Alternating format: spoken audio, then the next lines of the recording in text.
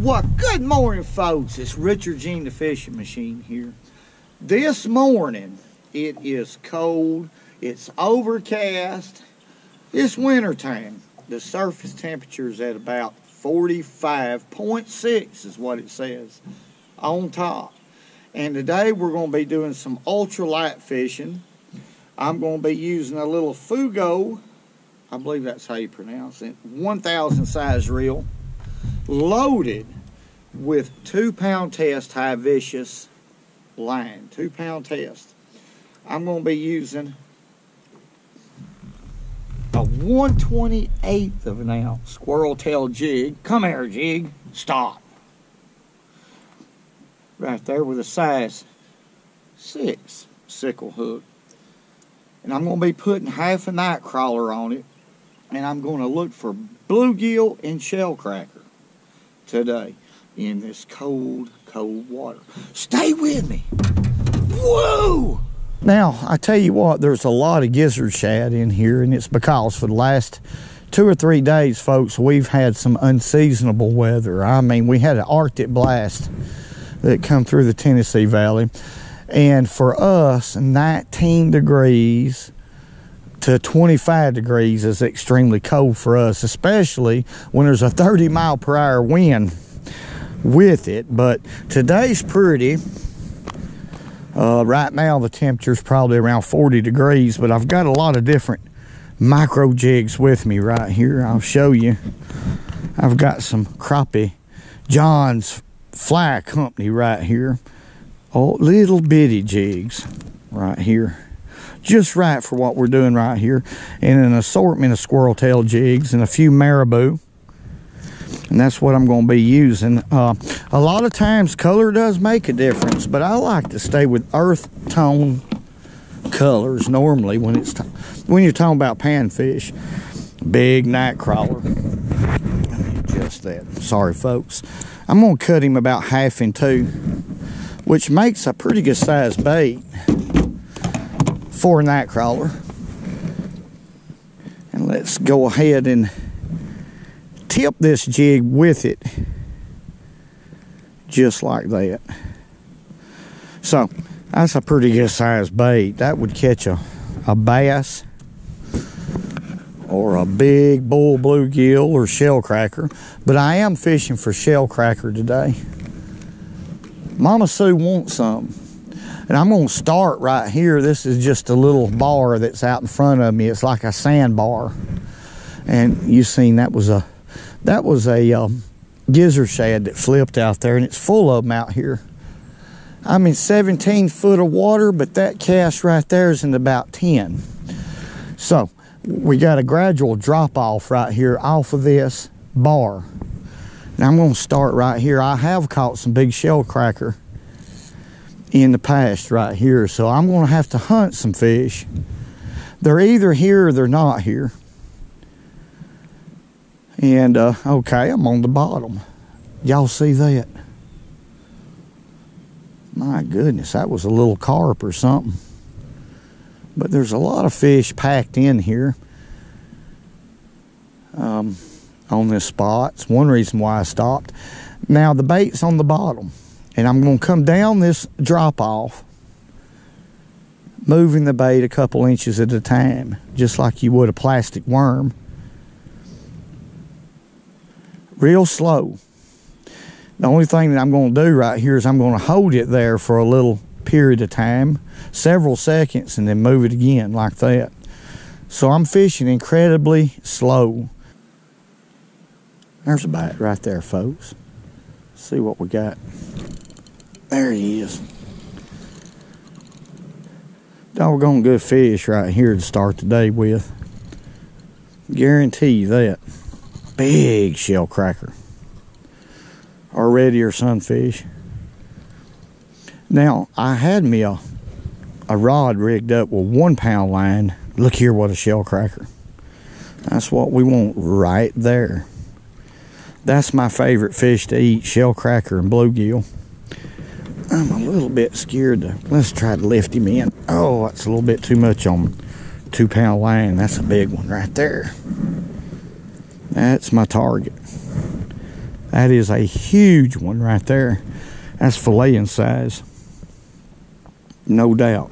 I'm going to put him in the bucket because, like I said, that's my favorite fish to eat is shellcracker and bluegill. Alright. So we found them right here in the mouth of a creek. It took me a while to find them. I've caught some small ones, but I don't want little ones. I want to fillet them. Alright, shellcracker number 1. It's a good one right there. Yeah, I had me a little rod that's even smaller than this one. Well, 1 pound line on it and had it rigged up and left it this morning. So this was my backup rod right here with 2 pound line. This is an old rod right here too. This is about a 20-year-old rod. It's a Supreme made by Shakespeare. It's fiberglass. Real wimpy. And that's the way to start the day off right there. Now, shellcracker, in the wintertime, they bite real wide. A lot of times, there's a bite right there. Real wide bite. They'll inhale the bait and just stay there. But I'm not moving that bait but 1 or 2 inches at a time and just letting it lay there. Just easing it back, just like that, folks. Real slow. Well, there's a little bite right there. He's eating it. There we go. That's a little better fish right there than what I've been catching. Matter of fact, that's a good one right there. This is a bluegill, and I mean a good one. Look here, folks. Whew. Let's flip him on in here. Yeah, that's going to be a good one to eat. Look at there, what a fish. Healthy. That's a filleting kind right there. Girthy. I don't know nothing to do but put him in the bucket. This method right here of fishing, let's put him on in there, is something else when it comes to panfish. One reason why I like it is because you can keep the bait moving. You can feel what's on the bottom. Just like if you're fishing a plastic worm for bass. And I tell you what, half a night crawler in a jig is working miracles. But now, sometimes I'll get into some extra big shellcracker, bluegill. When that happens, I'll use a whole night crawler. And because of that, every once in a while, I'll hook a big bass. I've done that many times on this 2 pound test line. Then you got your hands full. So you really never know, but this is one of my favorite ways to target these fish right here. Let's catch another one. Whoa! I'm talking about. There's a fish. Boy, he slammed it and turned it loose. He's still there. Y'all ready?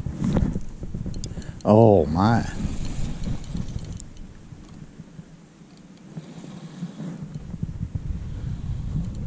That's a pretty good one right here.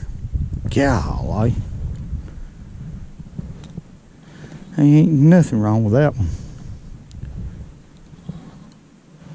Bluegill. Golly. What a pretty fish. We're going to put him in the bucket. That's a filleting size too. Doggone it, look at the fish. And I'm throwing back a bunch of them too. Do what you want to do. You're a grown man. You do just exactly what you want to do. Me? No. I'm not fishing with old man Tarvel. I'm not fishing with old man Clarence. I'm not fishing with a Burso. No more. They done got old and ornery, and I ain't gonna be around them no more. Come on, fishy, fishy, fishy. Little fishy in the brookie. There we go. Knocked the fire out of it. He's going that way. Oh, my goodness. Where are you going? He's everywhere. That's a good one right there. That's a good one. Come on in here. That fish went crazy, folks. There's a big old shellcracker. That's a good one right there. He's going to be good, all right, in the pan. No doubt. Got to has him. Let's put him in the bucket with his buddies. Get on in there. When that fish picked it up, that last fish I caught, he hit it and went that way 150 mile an hour. That was an unusual strike.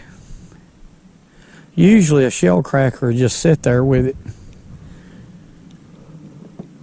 They'll inhale it, and if you're not careful, they'll swallow you. You bait. Even fishing with a jig like this, it'll go down the hatch if you don't watch it.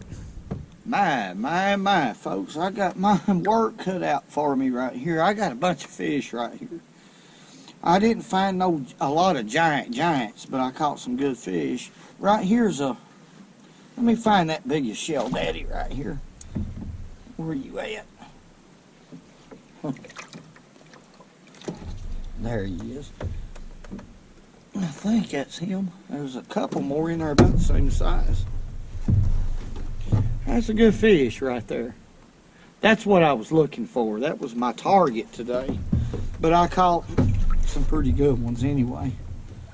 I think he's the biggest one. Yeah. I'm going to say that technique right there is one that I enjoy. I'll do that 2 or 3 times in the winter.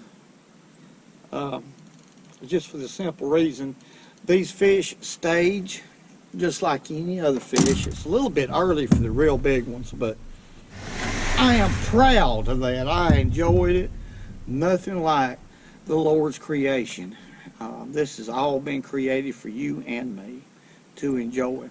I want to say thank y'all very much for all the great comments.